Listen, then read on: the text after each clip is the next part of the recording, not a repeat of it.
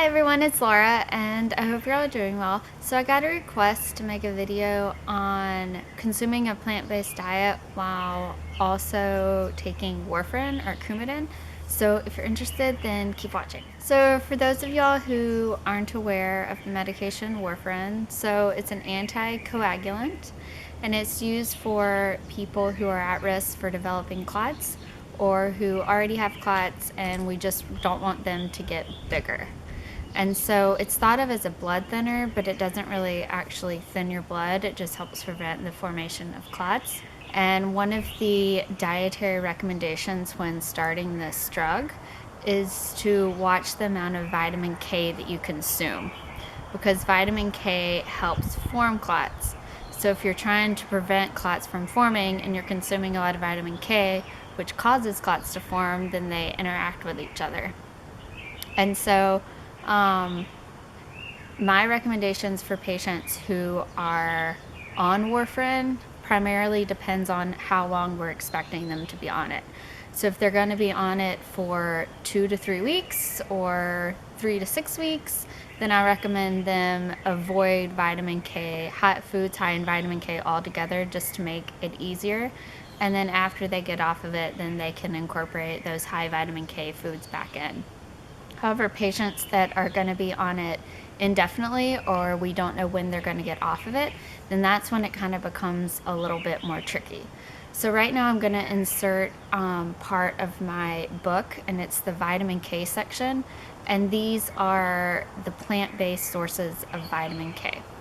So as you can see, it has the food, the serving size, the amount of vitamin K in that food, and then the percentage of vitamin K based on your gender and your age. And so as you can see, there are a lot of foods that are extremely high in vitamin K, and then there are some that aren't as much. And the biggest thing with vitamin K and warfarin is to be consistent. And so for a lot of people, it's easier just to avoid these altogether, but some people would like to incorporate them into their diet, like I mentioned before, especially if they're going to be on it long term. And so my recommendation is to find a number that works well for you, and again, be consistent. So if for you, you want to choose consuming 300 a day, then making sure that you're consuming around 300 every single day. And it seems relatively labor intensive in the beginning, but it is something that gets easier over time, and it'll become something that's automatic. And you know, oh, I haven't consumed any greens, or I haven't consumed any foods that are high in vitamin K. Let me add a cup of broccoli to my dinner, or whatever it may be.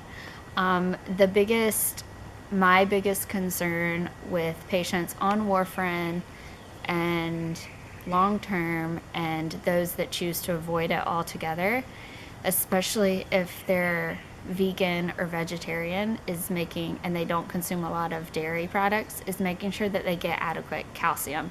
Because at least for me, greens are a big source of calcium. And so if you're someone who you do choose to eliminate them altogether, then make sure that you're incorporating, if you don't consume dairy, non-dairy milk alternatives or non-dairy yogurt alternatives, or just be more intentional about consuming your calcium intake. Another thing to remember when it comes to vitamin K is watching the multivitamins or any type of supplements that you consume. You want to make sure that it doesn't have any vitamin K in them whatsoever. So unfortunately, there isn't kind of a standard answer for this question. It totally depends on the person.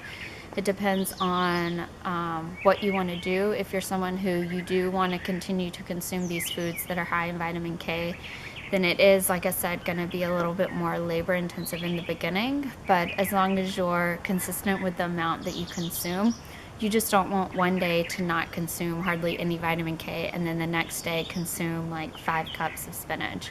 You know, we want kind of a happy medium in there, and we just need consistency so your body can regulate your blood. So I hope this helped you out. God, I hope it helped you out. And again, I'll put the insert to my book in here again, just so you can take a screenshot or whatnot, so you have that resource. And I hope all of y'all are doing well. And if you have any questions or comments, feel free to leave them below. And I'll be seeing you on the next video. Bye.